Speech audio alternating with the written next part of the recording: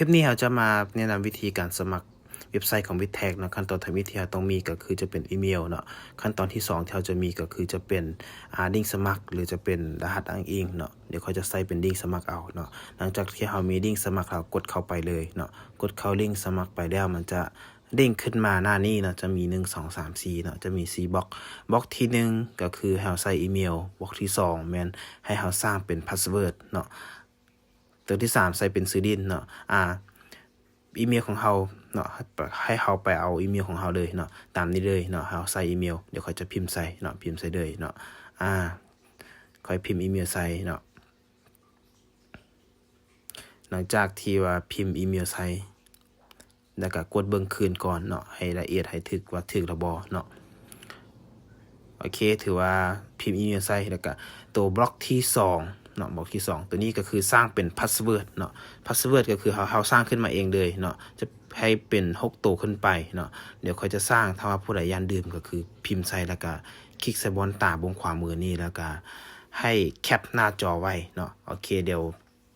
เราจะสร้างเป็นพาสเวิร์ดเนาะพิมพ์ใส่เลยเนาะพิมพ์ใส่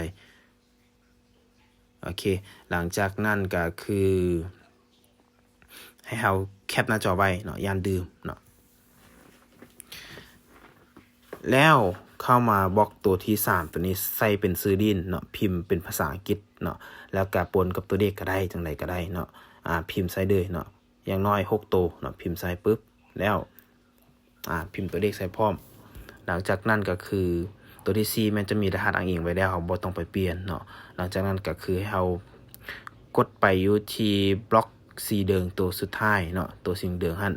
แล้วมันจะส่งข้อความเข้าทางอีเมลของเราเนาะมีแต่เราไปคอนเฟิร์มทางอีเมลโอเคกดไปละกดไปปึ๊บแล้วมันจะมีเวลาอยู่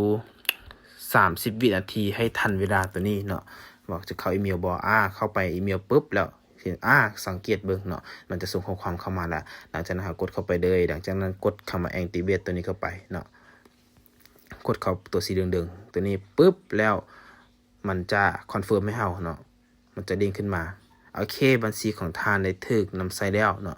มีแต่แบบนี้เนาะมันจะเด้งขึ้นมาแล้วนี่มีแต่เราล็อกอินเข้าได้เลยนะแต่ว่าในกรณีที่ว่ามันบ่ส่งข้อความเข้าทางอีเมลเนาะบ่เห็นข้อความเข้าทางอีเมลให้เราเข้าไป3ขีดอยู่ซ้ายมือทางเทิงหั่นเนาะเบิ่งซ้ายมือทางเทิงแล้วก็ให้เรากดเข้าไปจุดหมายขยะหรือจะเป็นทางขยะตอนนั้นแล้วบางทีมันจะส่งมาทางนี้เนาะ